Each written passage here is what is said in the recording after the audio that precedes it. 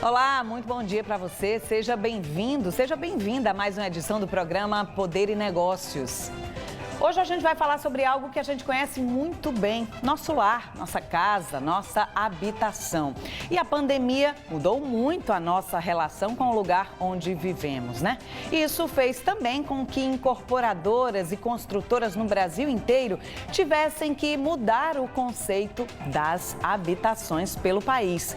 Para falar sobre isso, a gente recebe aqui no estúdio o CEO da Moura do B, Diego Vilar. Vamos falar então sobre como a pandemia está transformando a nossa relação com a nossa casa. Muito obrigada por estar aqui, Diego. Bom dia. Bom dia, Isla. Eu que agradeço o convite de vocês. É um prazer para a gente da Moura do B estar aqui falando com o seu grande público e contando um pouco da nossa história e as transformações que a Moura do B vem vivendo nesse presente com tantas modificações por conta dessa pandemia.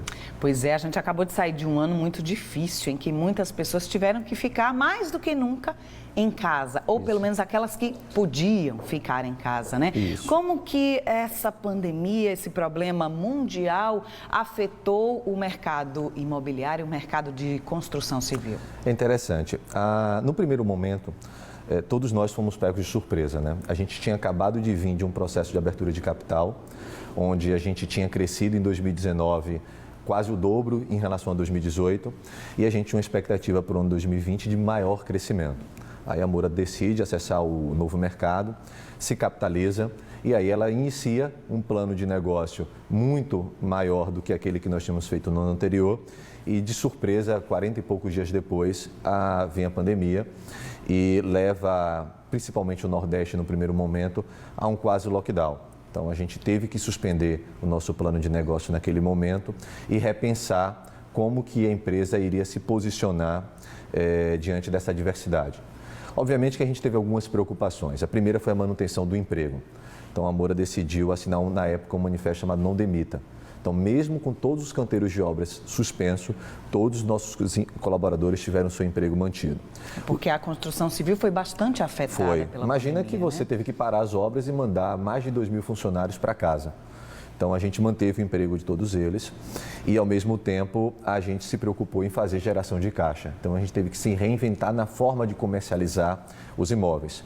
Você não tinha mais estande aberto, você não podia receber mais cliente no escritório. Mais do que isso, não era naquele momento uma preocupação das pessoas em adquirir imóvel. Então, a gente estava entendendo como que o mercado estava se modificando e modificando muito rápido. Também acredito que a gente foi rápido em perceber essa modificação e a gente teve ali um abril e maio com nenhum lançamento e baixíssimas vendas. Então, conforme a gente foi se adaptando e o cliente foi começando a buscar o imóvel, porque como você disse, foi para casa e aí começou a repensar a sua própria residência. Ele começou a perceber que agora os valores deles, que eram constituídos antes da pandemia, começaram a sofrer modificações. Começaram a ter maior integração com a família, começou a procurar lares com ambientes maiores, integrado cozinha com sala, para que eles possam conviver de uma forma mais harmônica sem precisar sair da sua residência. Então a gente começou a desenvolver o produto, ou adaptar para esse momento e aí em agosto a gente vem com o lançamento. Para nossa surpresa, vende mais de 90%. Nossa. Seguimos num segundo lançamento que uma semana esgota e aí a gente percebe que a estratégia de readequar o produto e somar as nossas plataformas virtuais, não só de apresentação do produto, eu vou dar um exemplo.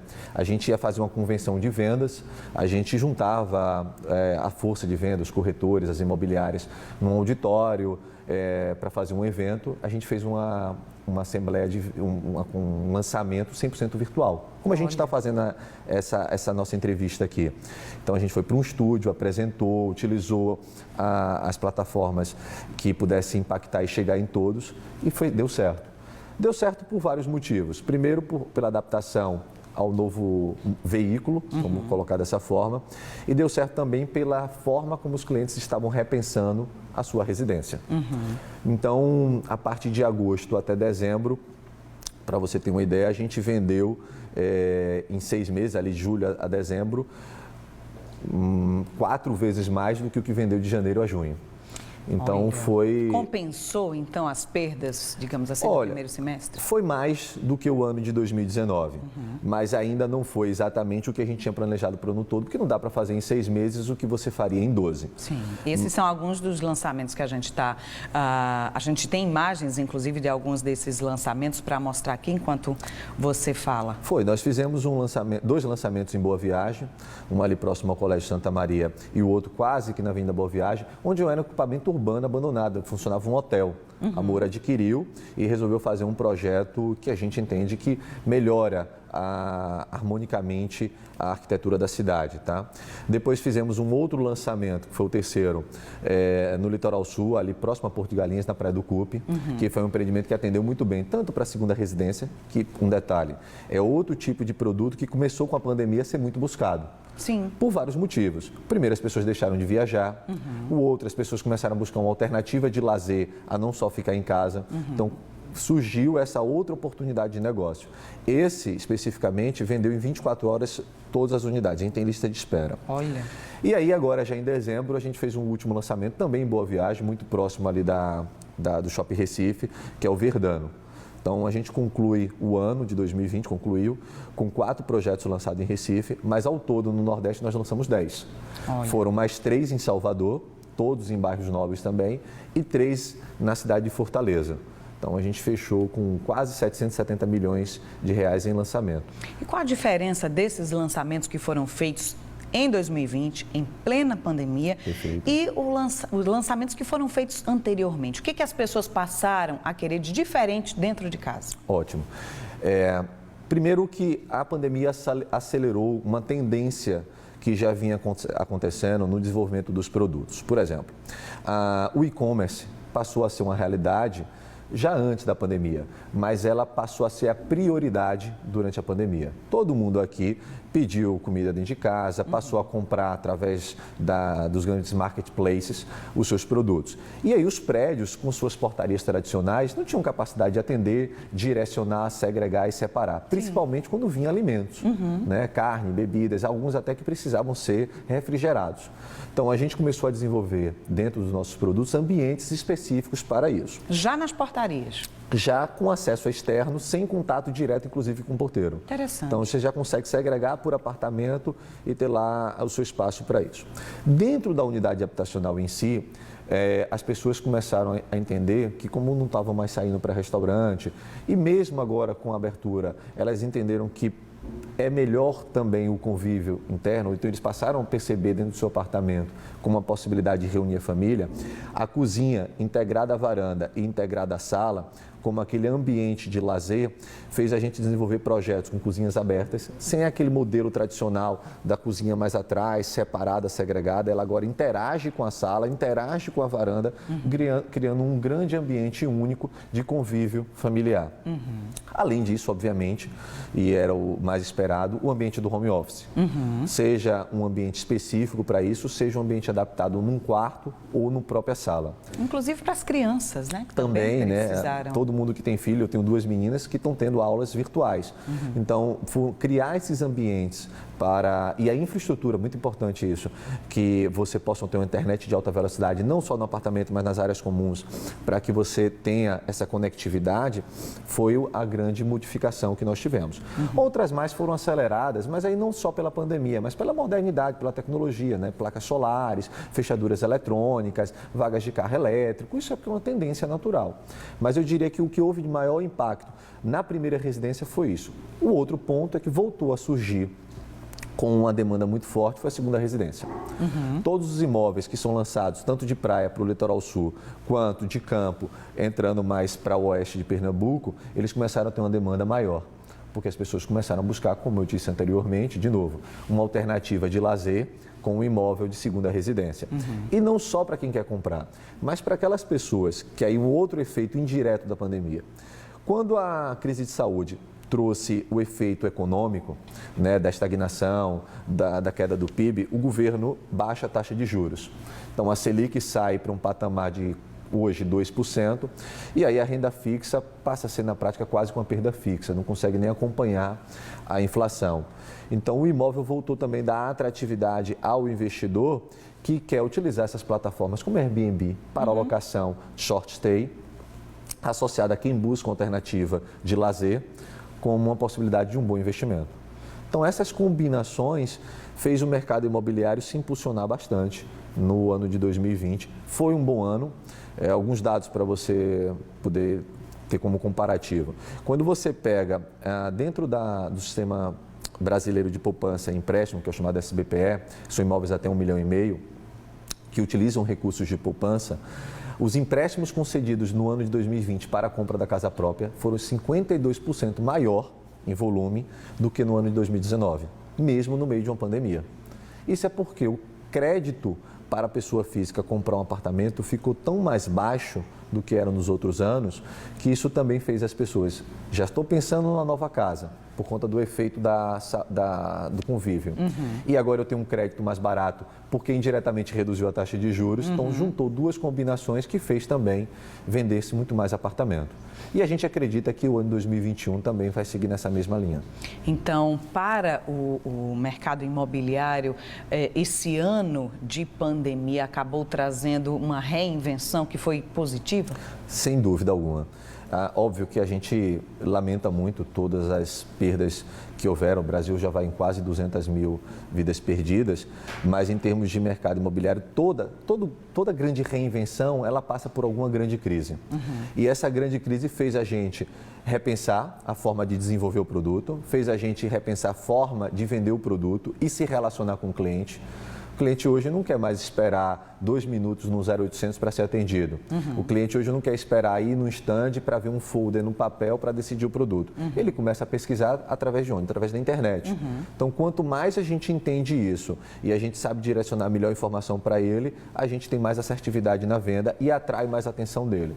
Então, todas essas reinvenções, elas iriam acontecer. A pandemia acelerou. Além disso, e aí a gente acaba colhendo esse fruto, é as pessoas repensarem a forma de viver. Hoje, saiu uma matéria que existe uma startup que nasceu em São Paulo, que ela é focada em locação de imóveis. E ela começou a perceber que comprar o imóvel para alocar era uma tendência de negócio para ela. E ela trouxe o seguinte, que nas grandes principais capitais do Brasil, o preço em 2020 do metro quadrado, tanto para alocação quanto para venda, começou a aumentar mais nos bairros menos tradicionais, um pouco mais distante do que aqueles. Por exemplo, em São Paulo, perto do centro financeiro, então os grandes empresariais. Cresceu, óbvio, mas em outros bairros mais distantes cresceram mais proporcionalmente do que aquele. Por quê? As pessoas estão buscando apartamentos maiores, as pessoas estão buscando mais conforto na sua residência. E com o home office, seja ele totalmente ou parcialmente, ela percebeu que não precisa estar mais tão perto do trabalho. Sim, não tem mais tanta preocupação com o trânsito, Exatamente. Né? E aí, com isso, ela quer mais espaço. Então, o desenvolvimento na cidade acaba ficando um pouco mais harmônico. E isso ajudou também o mercado imobiliário para trazer aquelas regiões onde o terreno está mais acessível, que pode trazer uma maior margem para as incorporadoras a fazer o desenvolvimento, porque está tendo demanda também. Que bacana. A Moura do Bem é uma empresa pernambucana que atua em todo o Nordeste e é a única do Norte e Nordeste que tem o capital aberto. Perfeito. Vocês abriram o capital, ou seja, entraram na Bolsa de Valores no início do ano passado, um pouquinho antes da gente ter a noção da pandemia. De que forma esse passo ajudou vocês a enfrentar essa crise? Olha, o primeiro grande, digamos assim, benefício da abertura de capital, eu diria que é a visibilidade que a empresa tem e as melhorias de processos que ela acaba também colhendo por obrigação de ter decidido abrir capital no novo mercado. Quando a empresa resolve ser listada, ela tem vários segmentos dos quais ela pode decidir ir. A Moura decidiu ir ao novo mercado, que é o nível mais alto de governança que você pode ter. E governança a gente está falando de transparência, qualidade de processos, tomada de decisão. Esse foi o modelo que a gente se adequou a ser aceito e é o que a gente vem aprimorando a cada dia. Nossas áreas de compliance, nossa área de auditoria interna, a nossa área de relacionamento com o investidor, está em muito linha com as melhores empresas hoje que atuam no sudeste do país. Além disso, a entrada do capital, e no caso da gente foi mais de R$1 bilhão, permite que a empresa tenha uma posição muito sólida de caixa num mercado de real estate que é de capital intensivo. Comprar terreno é caro, fazer obra também, mesmo que com financiamento imobiliário gere exposição, uma empresa que tem uma posição sólida de caixa e uma estrutura de capital muito adequada, aproveita melhor esse momento. Mesmo no tempo de crise, a gente acabou gerando caixa, o que não é tão comum numa empresa que está crescendo no mercado imobiliário. E isso vem também como fruto da própria abertura de capital. A gente desonerou todos os nossos ativos e a cada apartamento que a gente vem vendendo, a gente vem gerando caixa da companhia que permite que a gente possa investir na nossa região. Então, melhora a dinâmica da economia de onde a empresa está inserida. A empresa é pernambucana, a gente tem muito orgulho, a gente diz isso a todos, né? Eu me lembro quando a gente estava rodando o mundo todo falando com os investidores, a gente sempre dizia, olha, nós somos de Pernambuco, venham conhecer. E é uma coisa interessante, vários vieram e se surpreenderam com o que viram. Imagina. Mas a gente hoje é uma empresa nordestina também. A empresa está há mais de 10 anos em Salvador, em Maceió, em Natal e em Fortaleza também. E a gente tem a liderança nessas regiões. E a abertura de capital vem ajudar a Moura do B a fortalecer mais ainda essa liderança. Queria que a gente conversasse também sobre essas perspectivas para 2021, depois de um 2020 tão difícil, né? Mas eu vou pedir para a gente fazer isso depois do intervalo, claro. Tá bom? Fica aí que a gente volta já já.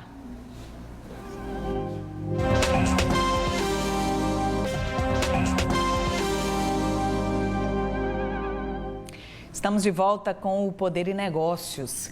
Se 2020 acabou sendo um ano positivo para o mercado imobiliário, vamos ver então como é que deve ser 2021. É o que o CEO da Moura do B, Diego Vilar, vai falar aqui para a gente. Quais as perspectivas então para esse ano em que ainda temos pandemia, mas já com outras expectativas? Claro. Isli, veja, nós viemos de um ano bons de vendas e de um mercado que começou a criar os pilares ideais para o mercado imobiliário. Quais são? A redução da taxa de juros, né? Hoje, como eu disse anteriormente, a 2% ao ano a taxa Selic. Deve permanecer essa redução de taxa de juros? Veja, é consenso no mercado entre os economistas que ela deve subir, mas algo em torno de 3%, então ela cresce 1 ponto percentual. Mas mesmo esse crescimento, o spread que existe ainda para o custo do a taxa de juros do financiamento imobiliário ainda é muito grande. Então ainda há espaço mesmo assim de reduzir. Por exemplo, em 2017, a taxa de juros média para quem contratou financiamento imobiliário foi de 11,4% ao ano. No ano passado foi de 6,9%. Já hoje, a taxa já é contratada. Quem decidir pelo modelo de que os bancos estão oferecendo de poupança a mais, vai dar 5,9%. A Caixa Econômica, para quem quer um prefixado mais uma TR, é 6,25%. Então, veja, já caiu em relação à média do ano passado e tende a cair mais um pouco. E aí eu vou te dar um dado interessante para olhar para 21. Quando a taxa de juros saiu de 10% para 7%, então a redução de 3 pontos percentuais, o número de famílias aqui na nossa região, e aí eu vou falar de 3 cidades, Recife, Fortaleza e Salvador, que ingressam somente por enquadramento de renda, que é o banco normalmente ele faz a seguinte análise. A sua renda, 30% da sua renda é o que você pode pagar de prestação. Como a taxa de juros cai, a prestação cai, mais famílias conseguem enquadrar a renda. Certo. Foi na média de 40%. Isso significa que 120 mil mais famílias, só nessas 3 cidades, conseguiram agora enquadrar a renda para financiar entre 300 e 400 mil reais com o banco, dentro da SBPE. Facilitou, então, a vida das pessoas. Isso é tanto mais família que eu vou te dar um número. No ano passado, no Brasil inteiro, foram comercializados 110 mil imóveis. Olha. Ou seja, 120 mil só em 3 cidades. Se eu pegar o número de apartamentos comercializados no boom do mercado imobiliário, lá entre 2010 e 2014, a gente teria 5 anos de mais famílias comercializando imóveis com o número do passado, ou seja, 10 mil em Salvador, 7 mil em Recife, 6 mil em Fortaleza. A soma disso daria 5 anos de consumo só porque ingressou mais gente. Veja como é poderoso a redução da taxa de juros impactando o mercado imobiliário. E importante para as pessoas, né? Imagine se cai mais. Pois é. O segundo é que o país em 2021 deve crescer. Vai lá, 3, 4% de crescimento do PIB só pela estatística com a base menor que foi 2020, isso provavelmente traz um efeito de redução do desemprego. E a redução do desemprego a gente fala de renda. Tendo o crescimento de renda, a gente também tem mais famílias para se enquadrar na tomada de crédito imobiliário. Além disso, a gente passou, antes de 2019 e 2020, 5, 6 anos sem ter muitos lançamentos. O estoque não é só em Recife ou em Salvador, em Fortaleza, no Brasil inteiro nunca esteve tão baixo. Hoje, Se o consumo de estoque, se ninguém lançar mais nada, em 10 meses não tem mais produto na prateleira, no Brasil. Isso é uma média do Brasil nesse momento. Então, também nunca vimos tão pouco estoque disponível. Combinou juros, melhoria de renda, com a redução do desemprego que a gente espera, juntamente com o crescimento do país, e estoques tão baixos, a gente acredita que a gente vai ter um 2021 de muito consumo de produto imobiliário. Associado a isso, muitas pessoas passaram a repensar a moradia, como você bem disse no bloco anterior. A isso também, a poupança nunca teve uma captação tão alta. E eu falo a poupança porque é ela que suporta o fundo, majoritariamente, do crédito imobiliário. Ela vai fechar o ano, fechou o ano de 2020 com o patamar mais elevado da história, tá, de captação. Isso tem vários efeitos, dentre eles a renda fixa não está rendendo, as pessoas buscam a segurança da poupança, o Corona Voucher, né, o benefício que o governo deu, levou também muita gente a poupar, e isso ajudou o fundo. Então, fundo, crédito barato, família demandando baixa de estoque e recuperação de renda e crescimento de país, cria a tal da atmosfera perfeita para que o mercado imobiliário viva um bom momento. A gente, especificamente no Nordeste, também tende a se beneficiar no médio prazo por conta da baixíssima concorrência que vive hoje. Quando eu olho para 10 anos atrás, nós tínhamos grandes incorporadoras na região atuando e mais várias outras do Sudeste aqui. Hoje, a gente não tem nenhuma do Sudeste no médio e alto padrão explorando a região. Então, a gente também entende que a Moura tem um posicionamento estratégico muito singular aqui na nossa região. Então, estamos sim, bastante confiantes, acreditamos no país. Obviamente que o país tem desafios enormes. A questão do déficit fiscal é uma preocupação muito alta. O governo tem que ter a responsabilidade, juntamente com o Congresso, de aprovar as reformas. Associado a isso, a gente precisa resolver algumas outras questões internas que são importantes, diminuição da máquina pública com a desestatização, o cenário macroeconômico ficando um pouco mais estável, aí a economia como um todo deslancha. É o que a gente espera, todo empresário acredita nisso no país e vai ser bom para a geração de emprego e a melhoria de renda de todos nós. E além da geração de emprego de um modo geral, com o país se recuperando, enfrentando essa pandemia de uma forma mais firme, que pelo menos é o que a gente espera, o mercado imobiliário também tem uma contribuição importante em relação à geração de empregos na construção civil. Sem dúvida. Então, aumentando essas possibilidades para quem quer ter uma nova casa, seja a primeira, seja a segunda, seja uma casa melhor do que a que se tem atualmente. Isso. Mas qual a expectativa de vocês para essa geração de emprego na construção civil? Veja, no país, em qualquer lugar do mundo, a construção civil ela é o grande vetor de expansão, de geração de emprego. Um grande termômetro. Quando o país está em obra, o país está crescendo, está gerando emprego e a cadeia é muito longa. Né? A gente consome aço, então vem desde a exploração do minério de ferro até a siderúrgica, plástico, resina plástica, cerâmica e assim segue numa cadeia muito grande. Um prédio é feito por mais de 3.000 insumos diferentes. Isso impacta uma cadeia enorme. A Moura emprega diretamente mais de 2.000 colaboradores. Indiretamente, isso aí mais do que triplica. A gente já chegou a ter 6.000 colaboradores quando a gente tinha 3 vezes mais canteiros de obra do que hoje. A gente deve terminar o ano com 50% mais canteiros do que nós temos hoje. Então, isso significa geração de empregos consistentemente. A gente vem contratando hoje mais de 150 colaboradores todo mês. Tá? Porque a gente vem expandindo, crescendo obra, fazendo os novos lançamentos e as obras andando no ritmo mais rápido do que os anteriores, porque a gente quer logo entregar os nossos produtos. Então, o que pode se esperar é um crescimento da construção civil com o crescimento do emprego. O que a gente tem que ficar preocupado, atento, na verdade, é com o crescimento do insumo. Houve no ano de 2020 uma inflação dos insumos da construção civil, mas não a inflação no Brasil como um todo. O GPM foi um patamar muito mais alto, o IPCA se manteve um pouco mais estável, mas a gente acredita que isso é um pouco mais circunstancial.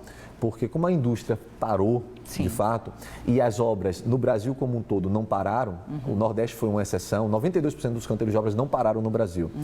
E, então, continuaram consumindo. Quando voltou, gerou um repique entre falta de estoque e uma demanda muito forte. Alguns materiais ficaram faltaram. Né? E, além disso, uma coisa interessante que aconteceu, o subsídio que o governo deu durante esse período da pandemia, muitas pessoas pegaram esse recurso para reformar a sua própria habitação. Então, independente do tamanho e da classe social. Da classe social. Foi utilizado o recurso para melhorar por conta de repensar a forma de morar.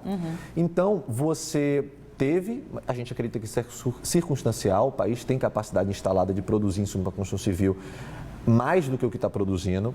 Então, a soma disso tudo gerará emprego ao longo do ano e gerará, com certeza, um crescimento no país. Que bom, que bom. Bom saber que, apesar dessa crise que a gente ainda está vivendo, há alguns mercados com boas perspectivas e, claro, isso é bom para todo mundo. Claro que isso está tudo baseado em premissas. Sim. Premissas de que a vacina vai funcionar agora no primeiro semestre, ao longo do ano, premissas de que haverá as considerações com relação às reformas que necessitam ser aprovadas e deverão ser aprovadas.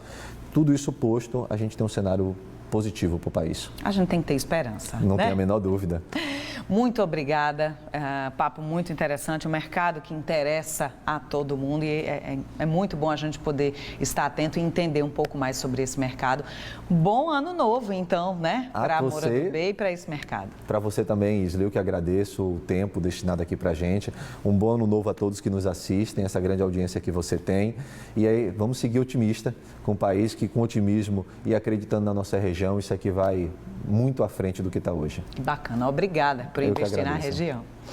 A gente vai ficando por aqui. Obrigada pela sua companhia. No próximo domingo tem mais, às 10 da manhã, Poder e Negócios. Bom domingo para você. Tchau, tchau.